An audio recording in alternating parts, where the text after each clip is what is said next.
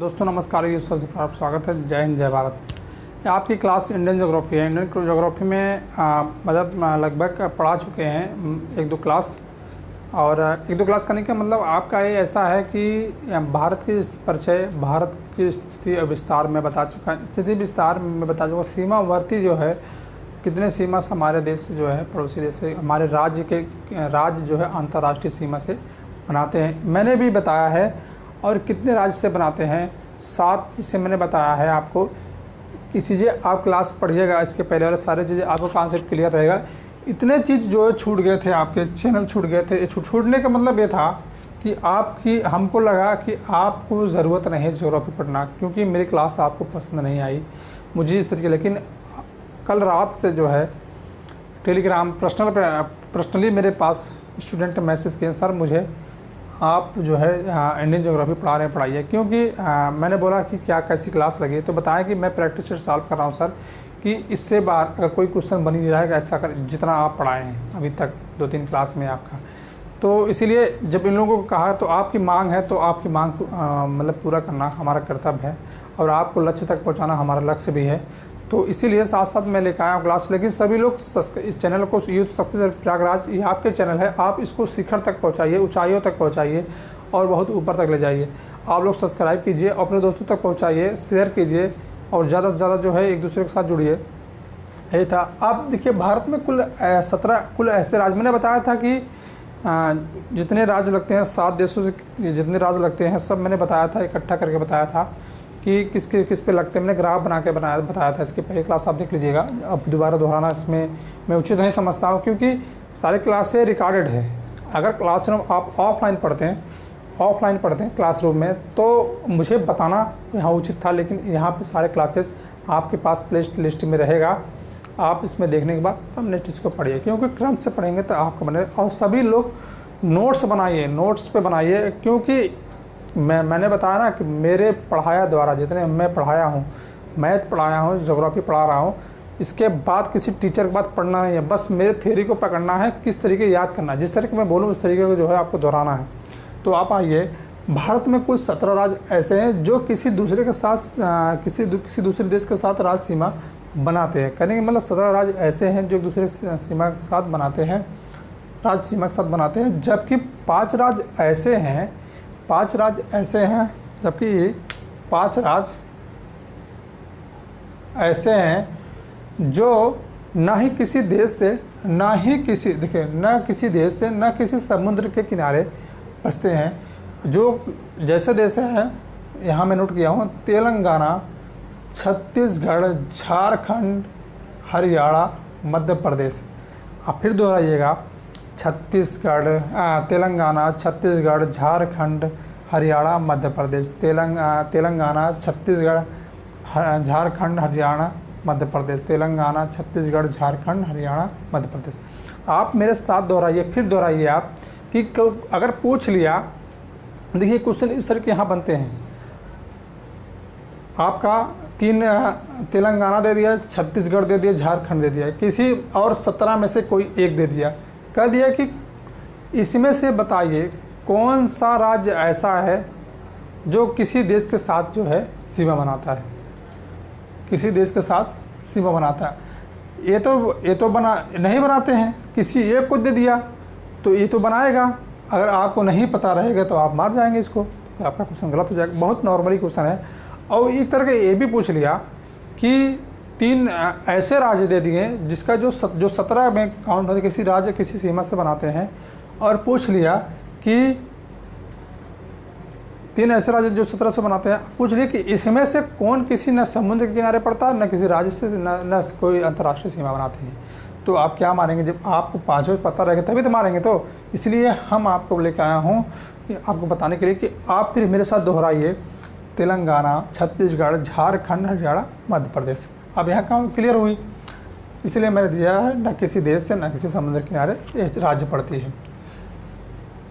फिर आते हैं मैकमोहन रेखा। मैकमोहन रेखा, रेड क्लिफ रेखा, ये बहुत ही महत्वपूर्ण रेखा है। और ज़्यादातर तो हमारे जो है पाकिस्तान और चीन के लिए, क्योंकि हमारे कुछ भी विवाद होती है तो 2 ही देश से हमारे पास होती है, पाकिस्तान और चीन से। पाकिस्तान तो नाम निशान अब ख़त्म हो गया, इसका कोई मतलब नहीं है। अब जो है बनते हैं चीन से, लेकिन आप पढ़ते रहिए, जानते रहिए, क्योंकि जानना जरूरी है। क्वेश्चन पूछना है यहाँ पे, किसी मतलब लड़ाई मार झगड़े की बात नहीं हो रही, मतलब बताने समझाने तरीका मैं बता रहा हूँ। मैकमोहन रेगा 1914 में जब अंग्रेज़ों 1914 में अंग्रेज़ों के द्वारा भारत व चीन के मध्य जो है रेखा खींची गई। अंग्रेज़ों के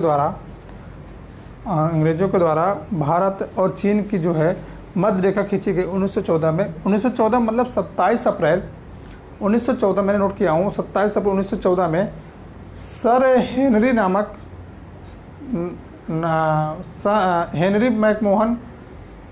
हेनरी मैकमोहन ने नामकरण किया था। इस रेखा को मैकमोहन नाम रखा था, जिसमें 1914 में भारत और चीन के बीच में खींची गई उत्तर से पूरब की तरह।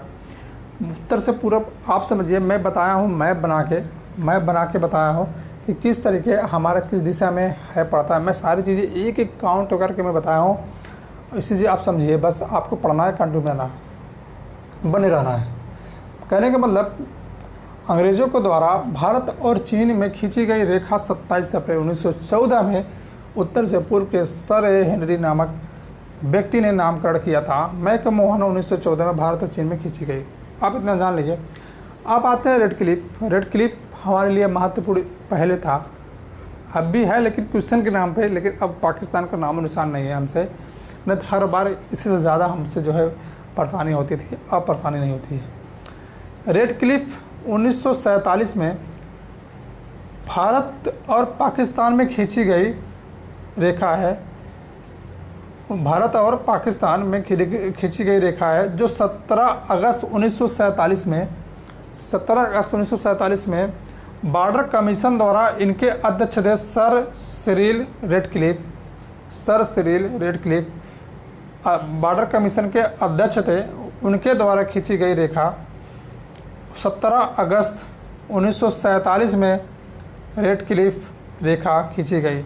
अब इनका नाम सर सिरिल रेडक्लिफ था, तो उनके नाम से रेडक्लिफ रेखा जो है 17 अगस्त 1947 में खींची गई है भारत और पाकिस्तान के बीच में। चीज़ें आपके यहाँ क्लियर हुआ। अब आते हैं चैनल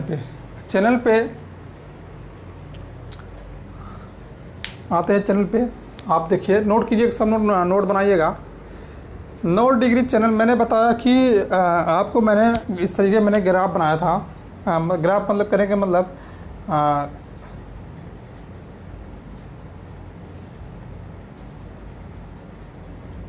थोड़ा अगर इस तरह के बन जाए तो आप परेशान मत हो जाए, क्योंकि चीज़ें इस तरीके ऐसे रहती है।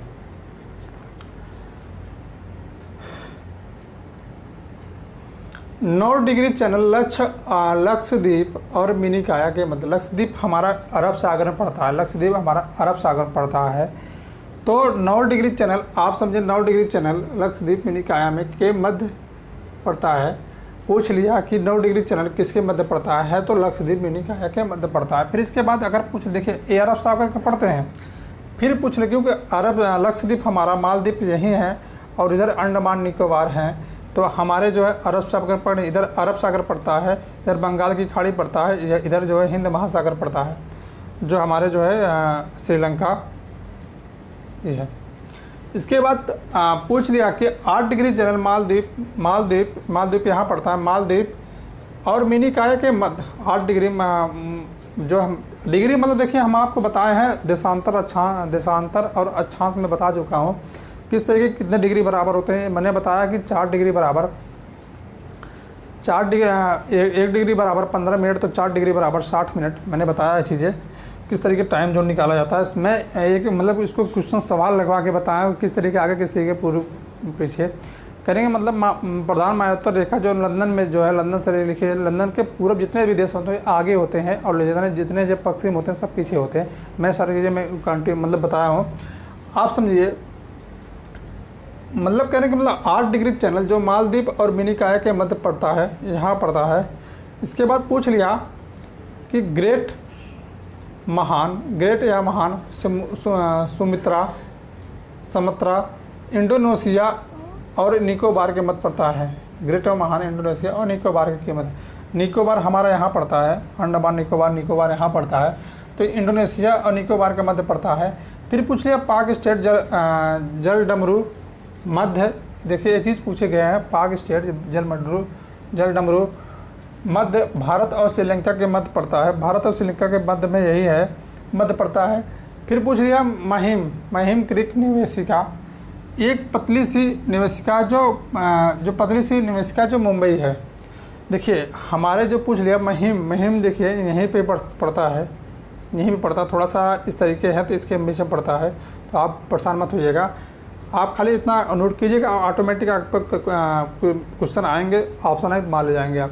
कच्छ की खाड़ी गुजरात पश्चिमी हमारा पड़ता क्या है?